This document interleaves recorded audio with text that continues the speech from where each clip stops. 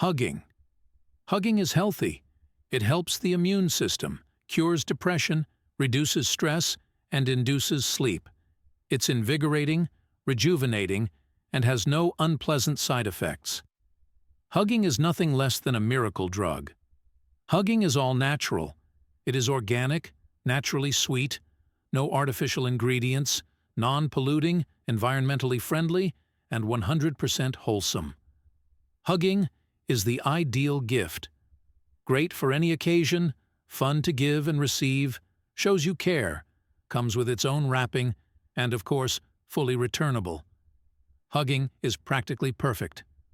No batteries to wear out, inflation-proof, non-fattening, no monthly payments, theft-proof, and non-taxable. Hugging is an underutilized resource with magical powers. When we open our hearts and arms, we encourage others to do the same. Think of the people in your life. Are there any words you'd like to say? Are there any hugs you want to share? Are you waiting and hoping someone else will ask first? Please don't wait. Initiate. Charles Farallon.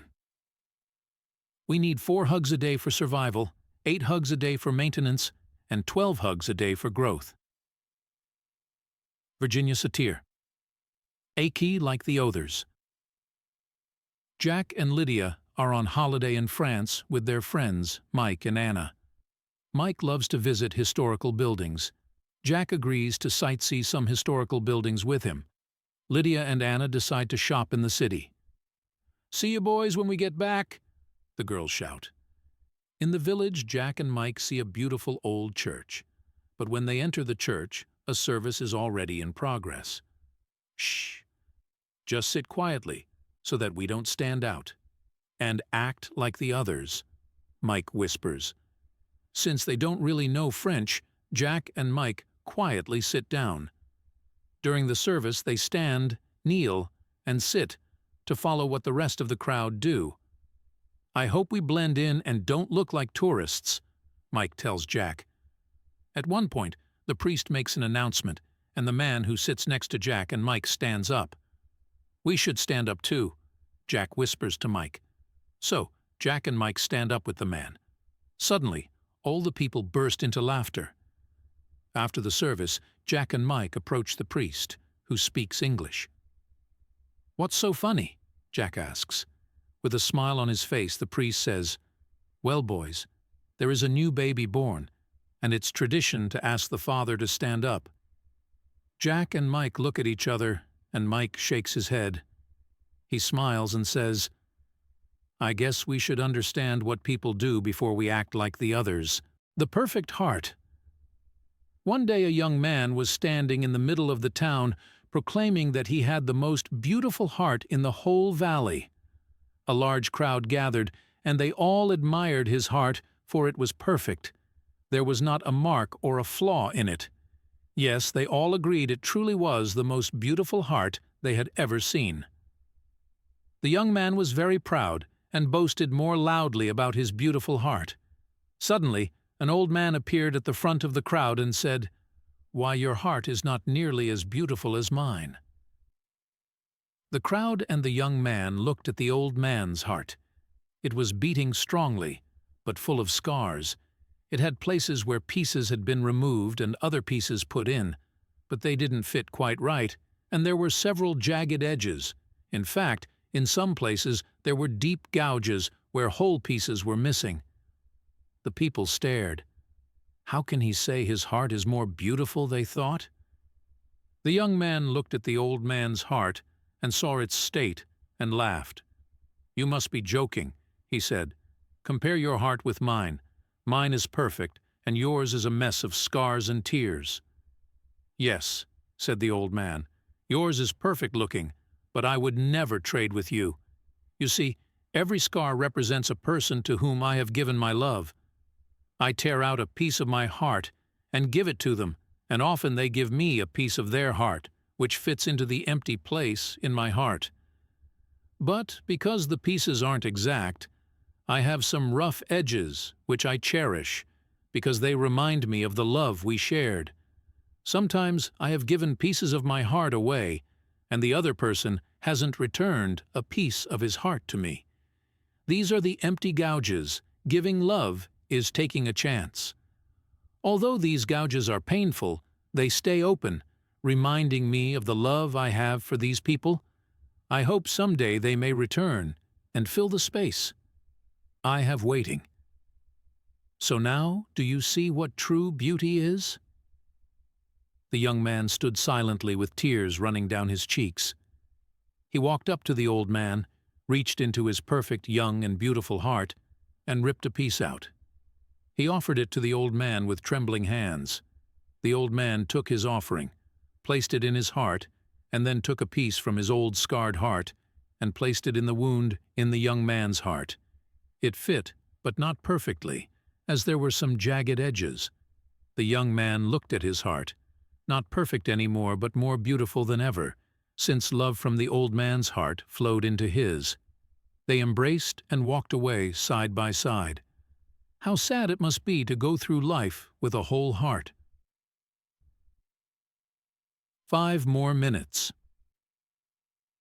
While at the park one day, a woman sat down next to a man on a bench near a playground. "That's my son over there," she said, pointing to a little boy in a red sweater who was gliding down the slide. "He's a fine-looking boy," the man said. "That's my daughter on the bike in the white dress." Then, looking at his watch, he called to his daughter. "What do you say we go, Melissa?" Melissa pleaded. "Just 5 more minutes, Dad.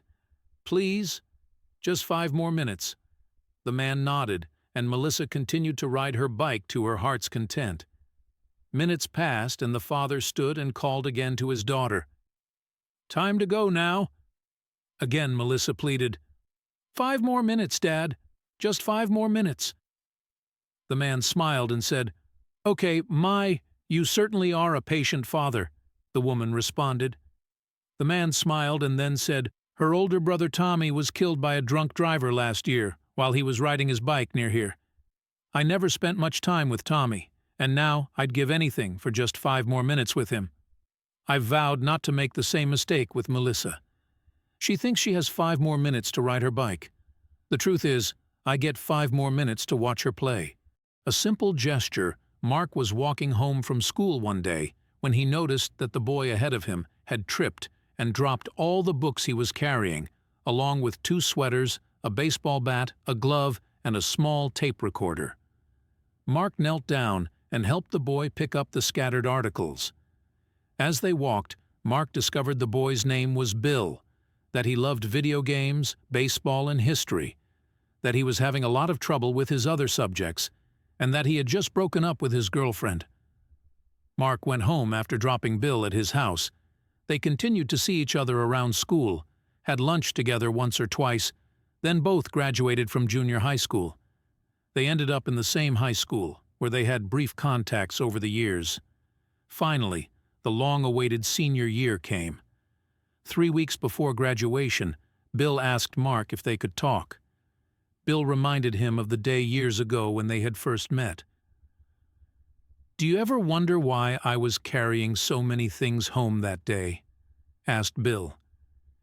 "You see, I cleaned out my locker because I didn't want to leave a mess for anyone else. I had stored away some of my mother's sleeping pills, and I was going home to commit suicide. But after we spent some time together talking and laughing, I realized that if I had killed myself, I would have missed that time and so many others that might follow. So you see, Mark, when you picked up my books that day, you did a lot more. You saved my life." John W. Schlatter. Everybody can be great. You only need a heart full of grace and a soul generated by love. Pencil and eraser. I'm sorry, eraser. For what? You didn't do anything wrong. Pencil. I'm sorry because you get hurt because of me. Whenever I made a mistake, you're always there to erase it. But as you make my mistakes vanish, you lose a part of yourself. You get smaller and smaller each time. Eraser. That's true, but I don't really mind. You see, I was made to do this. I was made to help you whenever you do something wrong. Even though one day I know I'll be gone and you'll replace me with a new one, I'm actually happy with my job. So please, stop worrying. I hate seeing you sad. I found this conversation between the pencil and the eraser very inspirational. Parents are like the eraser, whereas their children are the pencil. They're always there for their children, cleaning up their mistakes. Sometimes along the way, they get hurt and become smaller, older, and eventually pass on, though their children will eventually find someone new, spouse. But parents are still happy with what they do for their children and will always hate seeing their precious ones worrying or sad. All my life, I've been the pencil, and it pains me to see the eraser that is my parents getting smaller and smaller each day. For I know that one day all that I'm left with would be eraser shavings and memories of what I used to have. We never know the love of our parents for us till we have become parents. I'm sorry. I lied. Jenny was so happy about the house they had found. For once in her life, she would be staying on the right side of town. She unpacked her things with such great ease. As she watched her new curtains blow in the breeze, she thought about how wonderful it was to have her own room. School would be starting, and she would have friends over soon. There will be sleepovers and parties. She was so happy. It's just the way she wanted her life to be. On the first day of school, everything went great. She made new friends and even got a date. She thought, I want to be popular, and I'm going to be, because I just got a date with the star of the team. To be well known in this school, you had to have a clout, and dating this guy would surely help her out. There was only one problem. Her parents had said she was too young to date. Well, I just won't tell them the entire truth. They won't know the difference. What's there to lose? Jenny asked to stay with her friends that night. Her parents frowned but said, all right. She got ready for the big event excitedly. However, as she rushed around preparing, she began to feel guilty about all the lies. She got rid of her guilt by telling herself she would have fun with the pizza, the party, and a moonlight ride out. Well, the pizza was good, and the party was great, but the moonlight ride would have to wait, as Jeff was half drunk by the time. Despite being half drunk, he kissed her and said that he was fine. The room began to fill with smoke, and Jeff took a puff. Jenny couldn't believe he was smoking that stuff. Soon, Jeff said he was ready to ride to the point, but only after he smoked another joint. They jumped into the car for the moonlight ride without any consideration on whether if he was too drunk to drive. They finally made it to the point at last, and Jeff started trying to make a pass at Jenny. A pass is not what Jenny wanted at all, and by a pass, I don't mean playing football. Perhaps my parents were right. Maybe I am too young. Boy, how could I ever be so dumb? With all of her might, she pushed Jeff away and said, "Please take me home. I don't want to stay." Jeff cranked up the engine and floored the gas pedal. In a matter of seconds, they were going too fast. As Jeff drove on in a fit of wild anger, Jenny knew that her life was in danger. She begged and pleaded for him to slow down, but he just got faster as they neared the town. "Just let me get home." I'll confess that I lied. I really went out for a moonlight ride. Then all of a sudden, she saw a big flash. "Oh God, please help us. We're going to crash." She doesn't remember the force of impact. She only remembered that everything went black all of a sudden. She felt someone remove her from the twisted rubble and cried out, "Call an ambulance! These kids are in trouble!" She heard voices, but it was only a few words at best. She knew there were 2 cars involved in the wreck. She wondered to herself if Jeff was all right and if the people in the other car were alive. She woke up to sad faces in the hospital. "You've been in a wreck, and it looks pretty bad." These voices echoed inside her head as they gently told her that Jeff was dead. They said, "Jenny, we've done all we can do. However, it looks as if we'll lose you too." "What about the people in the other car?" Jenny asked. "We're sorry, Jenny. They died." Jenny prayed, "God, forgive me for what I've done. I only wanted to have just one night of fun. Tell the families of those involved in the accident that I am sorry I've made their lives dim and I wish I could return their families to them. Tell Mom and Dad I'm sorry I lied to them and that it's my fault so many have died. "Oh, nurse, won't you please tell them that for me?" The nurse stood there solemnly. She never agreed. She held Jenny's hand with tears in her eyes, and a few moments later, Jenny died. A man asked the nurse, "Why didn't you do your best to grant that girl her one last request?" She looked at the man with sadness, because the people in the other car were her mom and dad. My father. My father had given me so much, in so many ways, and at this moment I also wanted to give something that I had to him. How about the 100-meter gold medal? It was the highest achievement that I got in my athletic. It is also the one thing I could give him to represent all the good things we did together, all the positive things that had happened to me because of him. I had never before taken any of my medals out of the bank vault, where I usually kept them. But that day, on the way to the airport, I stopped at the bank to get the medal, and carefully I put it in the pocket of my suit jacket. I decided to take it to New Jersey, my home, for Dad. The day of the funeral, when our family was viewing the body for the last time, I pulled out the medal and respectfully placed in my father's hand. My mother asked me if I was sure I wanted to bury the medal, and I was. It would be my father's, as I was going to be with him forever. "But I'm going to get another one," I told my mother. Turning to my father, I said, "Don't worry, I'm going to get another one." That was a promise. To myself, and to Dad as well. He was lying there so peacefully, his hands resting on his chest in release. When I placed the medal in his hand, it neatly fit perfectly. Yes, it really belonged to my father from that day on. Who you are makes a difference. One night a man came home to his 14-year-old son and sat him down. He said, "The most incredible thing happened to me today. I was in my office and one of the junior executives came in and he told me that he admired me and gave me a blue ribbon for being creative genius. The blue ribbon that says, 'Who I am makes a difference.' Then he gave me an extra ribbon and asked me to find somebody else special to honor. As I was driving home tonight, I started thinking about whom I would honor with this ribbon, and I thought about you. My days are really hectic, and when I come home, I don't pay a lot of attention to you. Sometimes I scream at you for not getting enough good grades in school and for your bedroom being a mess. But somehow tonight, I just wanted to sit here and, well, just let you know that you do make a difference to me. Beside your mother, you are the most important person in my life. You're a great kid, and I love you." The startled boy started to sob, and he couldn't stop crying. His whole body shook. He looked up at his father and said, through his broken tears, "I was planning on committing suicide tomorrow, Dad, because I didn't think you loved me. Now I don't need to do that." Helisi Bridges. Love cures people, both the ones who give it and the ones who receive it. Carl Menninger.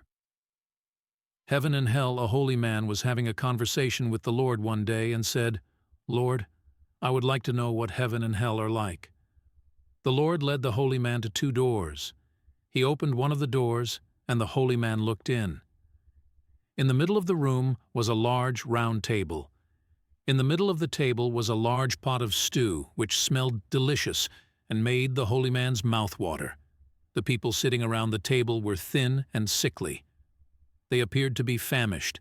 They were holding spoons with very long handles that were strapped to their arms, and each found it possible to reach into the pot of stew and take a spoonful. But because the handle was longer than their arms, they could not get the spoons back into their mouths. The holy man shuddered at the sight of their misery and suffering. The Lord said, "You have seen hell." They went to the next room and opened the door. It was exactly the same as the first one. There was the large round table with the large pot of stew which made the holy man's mouth water. The people were equipped with the same long-handled spoons, but here the people were well-nourished and plump, laughing and talking. The holy man said, "I don't understand." "It is simple," said the Lord. "It requires but one skill. You see, they have learned to feed each other, while the greedy think only of themselves." Roses for Mama. A man stopped at a flower shop to order some flowers to be wired to his mother, who lived 200 miles away. As he got out of his car, he noticed a young girl sitting on the curb sobbing. He asked her what was wrong, and she replied, "I wanted to buy a red rose for my mother, but I only have 75 cents, and a rose costs $2. The man smiled and said, "Come on in with me. I'll buy you a rose." He bought the little girl her rose and ordered his own mother's flowers. As they were leaving, he offered the girl a ride home.